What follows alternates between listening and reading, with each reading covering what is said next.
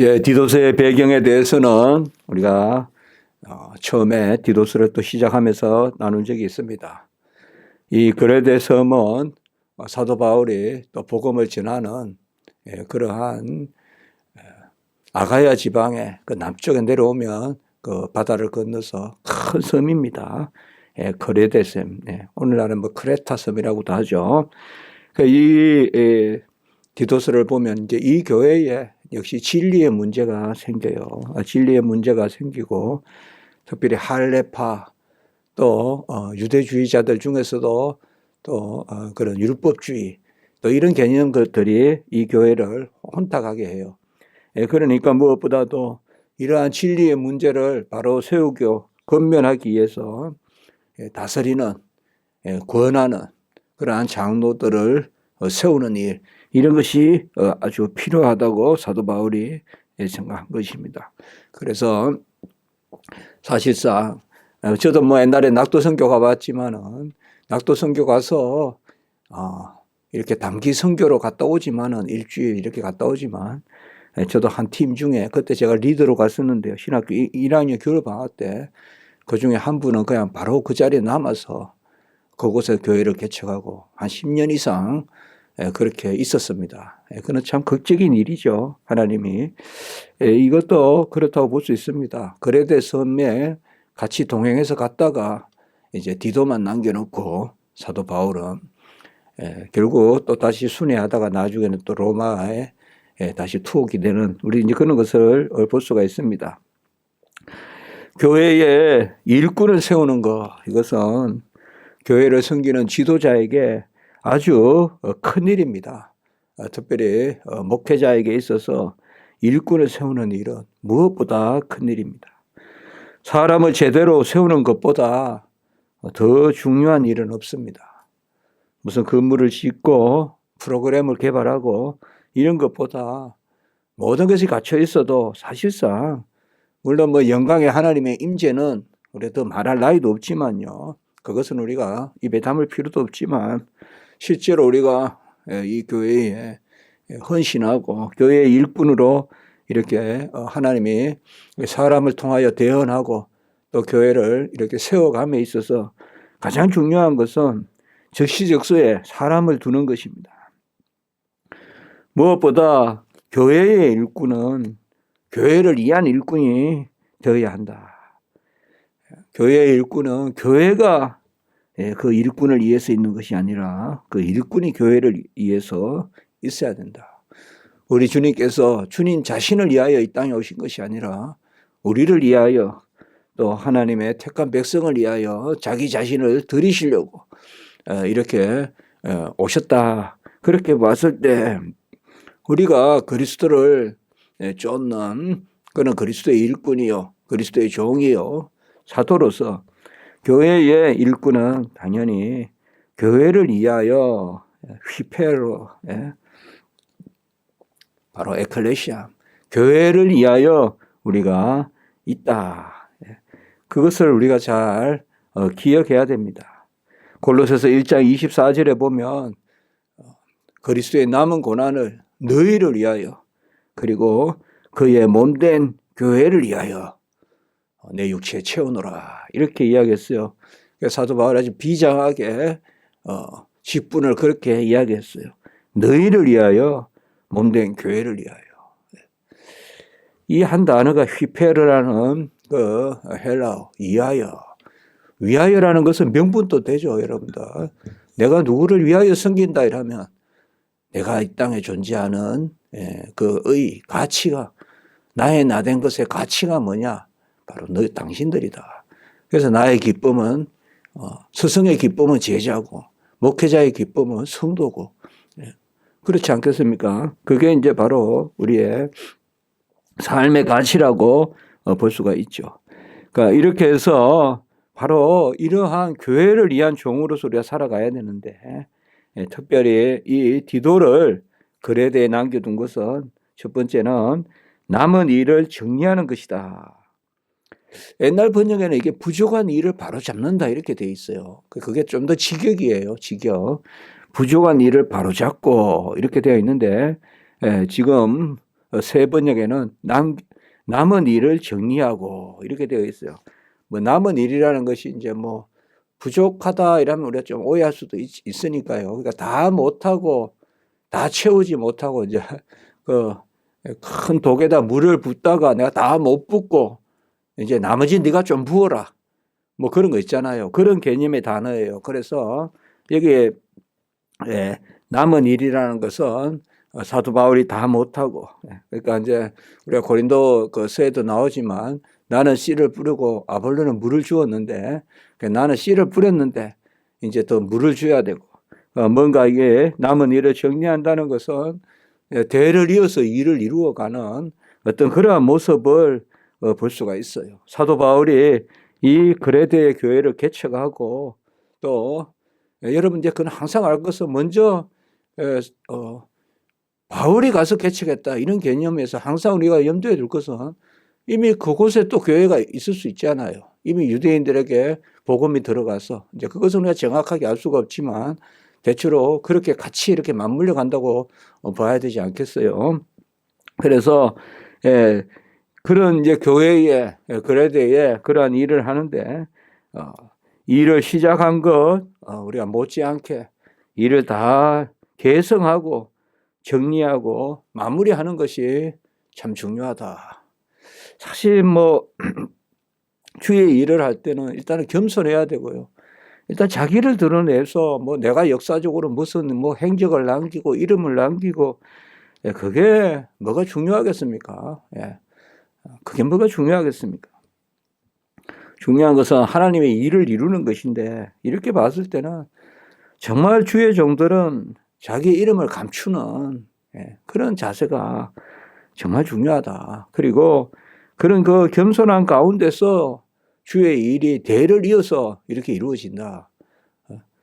그래서 뭐 우리가 선대에 뭐를 했고 또 우리가 또 이런 교회 일들을 계속해 나가고 이런 것들이 어떤 뭐 혈육의 대를 잇는 것이라든지 명망을 이어간다든지 그게 아니라 하나님의 일을 이루어가는 그런 모습에서 귀한 것이다. 겸손하게 옛날 사람들의 일을 이루어가고 사실상 젊을 때는 잘 안 돼요. 젊을 때는 항상 내가 뭐 시작하고 내가 처음부터 계획 잡고 이러려고 하는데 이렇게 제가 이제 보면 조금 우리가 그런 게 약해요. 제가 보기에 제가 유학 가서 이렇게 보면 미국이나 영국이나 이렇게 가서 공부하면서 보면 우리가 참 똑똑한데 이렇게 먼저 누가 좀 해놨던 것을 이렇게 이어서 내가 개성하고 또 그걸 그 자리에서 하면 훨씬 수월한데 그 자리에서 안 해요. 또 다시 시작해요. 내가 다시 시작해요. 그래서 뭐 그 나쁜 건 아니에요. 나쁜 건 아닌데 조금 그러니까 앞에서 갔던 사람은 그것을 잘 활용해서 또 이야기 들어보고 그렇습니까? 일단 좀 수긍해 주고 그럴 필요가 있는데 그냥 침묵을 하다가 그냥 내 이야기 팍팍팍팍 해버리고 내 생각은 이렇습니다 이러면서 다시 시작하는 항상 그런 개념이 좀 생각이 나요. 뭔가 우리가 아까 물독에 물을 붓다가 왜 내가 매번 세 번 부으려 하냐며 이미 있으면 그 위에 또 붓고 그러한 일입니다. 남은 일을 정리한다. 이 정리한다는 것이 참 귀한 그런 개념이다. 정리한다는 것이 여러분들 아직까지 덜 이루어졌다는 것은 부족하다는 것도 되고 아직 불완전하다는 것도 되거든요. 그렇기 때문에 후임이 전임의 일을 이렇게 정리한다 여기 말같이 아니면 남은 걸 채운다는 것은 사실상 온전케 한다는 뜻도 있거든요.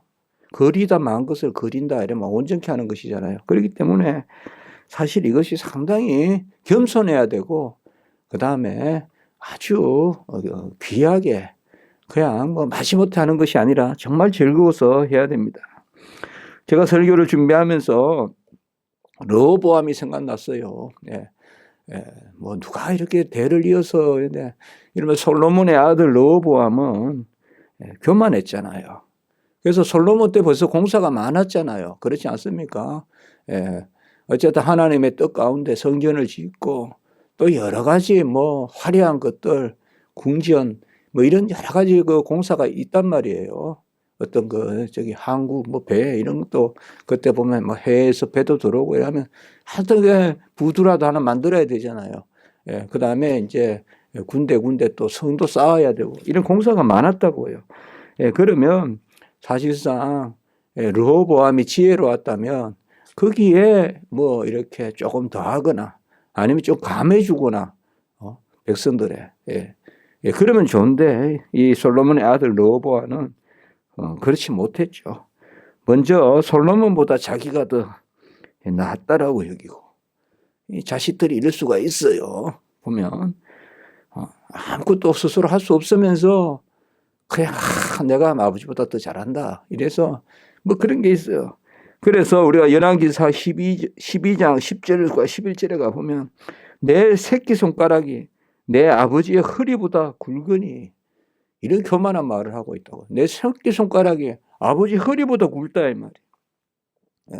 내가 잘났다는 거지. 우리나라는 팔뚝 굵다 그런 말이 있듯이 내 이 새끼손가락이 아버지의 허리보다 굵다. 그러니까 아버지는 아무것도 아니야. 아버지의 허리는 내 새끼손가락만 또 못해. 내 아버지는 채찍으로 너희를 징계하였다면 나는 정갈 채찍으로 너희를 징계하리라. 이렇게 말하고 있어요. 이런 것들은 후대가 교만하고 그리고 미련하면 이렇게 결국 이러니 민심이 이반하고 적시 그냥 열 지파가 그냥 여로보암 쪽으로 가버리고 하루아침에 일거에 나라가 쪼개져 버리잖아요. 이 나라라도 이렇게 쪼개지거든요. 그래서 참 이 지혜로운 이 일이 그러니까 남은 일을 정리한다. 이것이 참 귀한 것이다. 그리고 두 번째 이 거레대 섬에 디도를 준 것은 장로들을 세우게 하려 함이라. 오늘 여기 장로들이라는 말 프레스비테로스 그대로 헬라하고 요새 영어하고 같아요. 우리 영어는 프레스비테로잖아요. 장로들. 이 말과 7절은 다음 주에 보겠지만 감독들, 이건 에피스코푸스죠. 그대로 영어로 남아있죠. 장로도 남아있고 감독도 남아있고.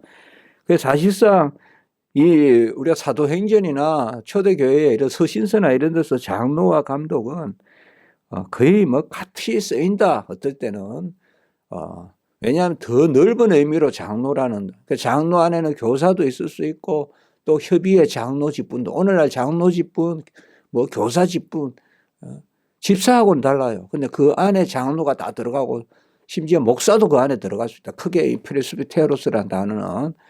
그리고 그 장로라는 단어가 또 감독이라는 단어와 같은 뜻으로 쓰이기도 많이 쓰인다. 그러니까 역사적으로 보면 초창기 초대교회에서는 그냥 장로 감독이 거의 같이 쓰이다가 이제 감독은 서서히 좀 더 직능적으로 그리고 기능적으로 그리고 이제 점점 어떤 면으로 계급적으로 더 이렇게 넓은 지역을, 그래서 이 감독이 자꾸 대감독이 되고 총대감독이 나중에 이제 교황이 되잖아요. 그러니까 그런 개념이 되잖아요. 그래서 사실상 5절에서 9절까지는 크게는 그냥 장로, 5절엔 장로가 나오고 7절에 감독이 나오지만 사실상 이건 장로 직분에 관한 이야기다라고 보면 돼요. 그냥 다 똑같이 감독 따로 할 것이 아니라 5절에서 9절까지는 전체적으로 장로에 관한 그런 말씀이다. 장로를 세우라는 것인데 이게 이제 거레대 섬에 떨어뜨린 이유인데 가장 중요한 일은 남은 일을 정리하고 그러니까 사도 바울이 했던 일을 잘 개성하고 더 모자란 건 채우고 그렇게 하고 잘 정리하고 그리고 이제 장로들을 세우라. 이 말은 이제 하나의 체제를 갖추라는 거죠. 어떤 직분의 체제를 갖추라는 그런 겁니다. 그러니까 이 당시의 장로라는 것은 아까도 말씀하셨듯이 가르치는 장로, 이러면 교사죠. 그 다음에 다스리는 장로, 이러면 오늘날 장로죠. 그렇죠. 이런 개념이에요. 가르치는 장로, 다스리는 장로. 이제 그리고 선포하는 장로도 있을 수 있어요. 그게 이제 목사예요. 근데 이제 그 부분은 우리가 그렇게는 자주는 안 나오지만 어떤 데는 나온다 이 말이에요. 그러니까 장로라는 개념이 훨씬 포괄적인 개념. 그렇다고 해서 또 장로가 있고 목사가 후속한다 이런 건 말이 안 되는 이야기고요. 장로가 더 위에 있다 또 그건 더 이상 더 안 되는 이야기고요. 어쨌든 뭐 그건 역사적으로 그렇게 보면 돼요. 그래서 장로는 어떠해야 되느냐. 그래서 아까도 말씀드렸지만 6절에서 9절까지 장로 감독에 대한 어떤 자격이라고 할까요? 어떤 당위, 의무 이런 것이 있습니다만은 첫째로 보면 6절에 책망할 것이 없어야 된다 이렇게 이야기합니다. 물론 하나님 앞에 완전한 자는 없죠. 완전한 자를 어떻게 찾아서 세우겠습니까? 책망할 것이 없다는 말은 1차적으로는 바로 치리, 권징 그런 개념으로 먼저 볼 수가 있어요. 그러니까 교회 앞에 어떤 죄를 짓거나 허물이 있거나 이런 부분들이죠. 무엇보다 우리가 십계명 이런 것에 어긋나거나 뭐 이런 것이 크게 책망할 것이 그러니까 교회를 다스리는 자가 교회를 수치가 되거나 그런 것이라고 볼 수가 있어요. 그래서 일단 책망할 것이 없어야 된다. 이건 단지 부정적으로만 보지 말고 긍정적으로 보면 덕스러워야 된다. 덕스러워야 된다. 그저 책망만 안 받아서 되는 게 아니라 나는 어긋난 거 없어요. 나는 법에 어긋난 거 없고 나는 뭐 다 지킬 거 지켰고 할 거 했고 그게 아니라 책망할 것이 없다. 항상 성경의 이 소극적인 이런 규정은 적극적으로 읽어야 되거든요. 우리 십계명도 그렇게 보듯이. 그러면 책망할 것이 없다 이 말은 덕스럽다. 책망할 것이 없다는 그 소극적인 데에 머물러 있는 것이 아니라 덕스럽다. 저분을 보면 배울 게 있고 저분을 보면 향기가 있고 저분은 정말 프레스비테로스 연장자답다. 먼저 길을 간 사람답다. 본래 장로는 언어적으로는 올드라는 뜻이에요. 올드 퍼슨. 나이 든 사람이라는 뜻이에요. 본래 우리나라 말 그대로 장로. 두 번째는 장로는 가정을 잘 다스려야 된다. 결국 장로는 다스리는 직분이거든요. 크게는. 그 중에 이제 설교도 더 할 수 있는 분이 이제 바로 목사죠. 다스리는 것 플러스 설교까지 하고 성례 거행까지 하고 이러면 이제 그게 목사인데요. 이 장로는 특별히 다스려야 되는데 먼저 집을 다스릴 수 있어야 된다. 자기 집을 다스릴 수 있어야 된다. 그런 개념입니다. 그래서 한 아내의 남편이어야 된다. 이렇게 하고 있습니다. 이거를 근거로 해서 필히 결혼을 해야 된다. 뭐 이렇게 하는 그런 것은 좀 더 우리가 주석할 필요가 있습니다. 어떤 주석에는 이것은 꼭 결혼한 사람을 세우라는 것은 아니다. 왜냐하면 사도 바울도 결혼 안 했잖아요. 그래서 여기서는 그거보다는 보통 여기에서 우리가 책망할 것이 없다. 이 말이 도덕적인 그런 개념이듯이 한 아내의 남편이라는 말도 여러 아내를 두고 있지 않는 그러니까 가정이 순수하게 지켜지고 있는 1차적으로는 우리가 성경을 봐도 그렇게 읽히잖아요. 한 아내의 남편, 두 아내, 세 아내를 두고 있는 뭐 아내가 몇이나 되고 첩실이 있고 그런 게 아니라 바로 한 아내의 남편 한마디로 가정에 성실하고 충실하고 가정이 정결하고 그런 부분들이지 않습니까? 온갖 그 가정에서 엄난한 그러한 그 가정사를 가지면서 교회 가가지고 어떻게 순수한 복음의 말씀을 전할 수 있겠습니까?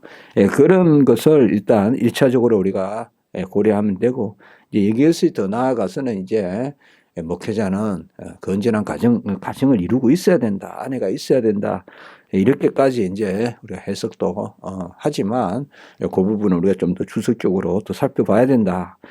그 다음에 방탕하다는 비난을 받거나 불순종하는 일이 없는 그 사실상 여기까지는 다 자녀를 수식한다 볼 수가 있어요. 이게 앞에 있는 그대로 있는 게 아니라 방탕하다는 비난을 받거나 불순종하는 일이 없는 믿는 자녀.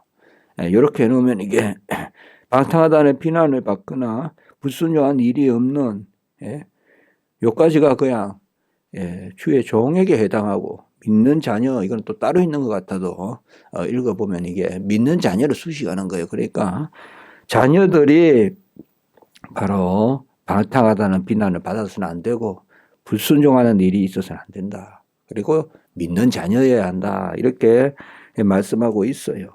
뭐 이것은 크게 이런 구절들은 우리가 너무 구체적으로 이래 해야 된다. 이게 아니면 아니다. 이제 이렇게 보는 것보다 교훈이니까요. 하나님의 뜻을 살피되 크게 이러한 일에 힘쓰고 가치를 두고 추구하고, 예? 뭐 가정은 가정이고 교회는 교회다 이게 아니라 가정을 항상 가정 안에서 먼저 가정을 다스리는 데 충실하고 또 가정에서 자녀 교육하는 데 충실하고 그런 것들이 교회와 연결된다. 그렇게 보는 것이지 이런 것을 너무 공로같이 읽어서 뭐 가정에 이런 일을 해가지고 뭐 뭔가를 이루지 않은 사람으로서 그렇게 너무 그렇게만 이야기한다면 우리가 여기서 이제 우리가 본문을 푸는 그러한 자리니까 말씀을 드리지만 항상 이런 건 조심스럽지만은요. 그렇습니다. 내가 뭐 가정도 못 다스리는데 교회 일할 수 있겠습니까? 이런 것도 또 너무 공로 중심으로 그렇게 해석하면 안 된다. 그러니까 내가 가정을 이렇게 잘 다스리고 뭐 하니까 난 주의 종할 그게 아니지 않습니까? 은사를 주셔야 직분을 감당하는데 그러니까 이런 말씀들은 항상 우리가 어떤 그 인과관계 이런 것을 우리의 공로에서 찾는 것이 아니라 우리는 이것이 옳다고 추구하지만 그러나 우리 안에 여러 가지 어려움들 참 가정에 어려움 겪는 우리 목사님들 많거든요. 훌륭한 목사님들 많거든요. 그러면 가정도 못 다스리면서 무슨 교회에 와가지고 뭐 설교를 합니까? 그렇게 쉽게 인과관계를 이야기해서는 안 된다. 이는 결과적으로 공로적으로 소위 율법주의적으로 그렇게 이런 것을 읽으면 안 된다. 그러니까 이런 것을 그냥 막 그대로 그냥 기계적으로 적용해가지고 이런 사람을 뭐 세우라 이렇게 너무 기계적으로 그렇게 하면 안 되고 우리가 그것이 교훈으로 그렇게 우리가 자녀들에 대해서 사실상 보면 사무엘 자녀가 온전합니까 여러분들? 엘리의 자녀들만 문제입니까? 사무엘 자녀들도 항상 문제가 있잖아요. 그러니까 사실상 주의 종들도 이것도 하나의 겸손의 그런 조건이 되거든요. 그렇기 때문에 그걸 너무 공로적으로 내 자녀를 이렇게까지 잘 키웠다. 이런 것도 우리가 조금 우리 자녀들 이렇게 다 잘 됐다. 이런 것도 주의 종들은 특별히 못됐다는 것도 그렇지만 잘 됐다는 것도 그런 것도 좀 넘어서서 이렇게 바라볼 필요가 있다. 다만 이제 여기 말씀은 이것을 추구하고 그러한 힘써라. 먼저 가정에 자녀들의 방탕하다는 비난을 받거나 방탕하다는 말에서 쉽게 말해서 술에 취해 있다는 거예요. 술에 취하고 성경에서는 술에 취한다는 게 다 음란하다는 것이거든요. 술 취함과 음란함은 같이 있어요. 그게 방탕이에요. 술에 취하고 음란하고. 술에 취하면 음란하지 않겠어요? 우리의 정신이 우리의 마음이 취해 있으면 음란해지거든요. 항상 깨어서 근신해야 우리가 정결하죠. 그러니까 항상 술 취하면 방탕, 음란과 같이 있어요. 이게 방탕이에요. 그리고 불순종한다 이 말은 말씀하고 떨어져 있는 거죠. 말씀을 듣지도 않고 엘리 제사장의 그 아들같이 그냥 도무지 그냥 말씀하고 등을 지고 사는 그냥 먹는 것만 밝히고 그냥 엄란하게 그냥 성전에서 그냥 엄란을 입삼고 주님께 하나님께 드릴 걸 갈고리로 지들이 찍어서 먼저 먹고 그것은 안 되지 않습니까? 그런 자녀들을 교육에 힘쓰는 그런 사람이 세워져야 된다. 이런 것을 우리가 기억하면서 이 교회에 일꾼을 세우는 이러한 일들이 경내는 하나님의 뜻 가운데 있다. 그런 것을 우리가 기억하게 됩니다. 한번 기도드리겠습니다. 거룩하고 자비로우신 하나님 아버지, 교회에 잘 사람을 세워야 하나님의 일들이 이루어질 터인데 오늘 귀한 말씀을 통하여서 정말 우리가 교회 일을 감당할 때 대를 이어서 계승하고 심화시켜서 채워서 또 온전케 하는 그런 겸손함이 우리에게 있어야 되며 또 아버지여 하나님의 뜻에 맞는 그런 일꾼을 어떤 세속적 가치가 아니라 하나님의 뜻에 따라 이렇게 세우는 이 말씀 주셔 감사합니다. 우리 십자가 지기교회를 불쌍히 여기시고 10만, 20만, 30만 극성을 부리는 이 오미크론 코로나19가 우리 교회에 아버지여 어려움 없도록 지켜주시고 현재 주변까지의 코로나19가 이게 가까이 와서 많은 사람이 감염되고 또 낫기도 하고 합니다. 하나님 큰 어려움 없도록 지켜주시고 우리 교회를 보호해 주시옵소서. 오늘 한날 예배 가운데 은혜 위에 은혜를 더하여 주시고 오가는 발걸음 지키시고 순서와 모든 섬기는 일 가운데 은혜 위에 은혜를 더하여 주시옵소서. 우리 교회가 말씀의 부흥에 있게 하시고 생명의 구령의 역사가 넘치게 하시고 우리를 사용하셔서 하나님의 뜻을 이루고 영광받아 주시옵소서. 주 예수 그리스도의 이름으로 감사하며 기도드리옵나이다. 아멘.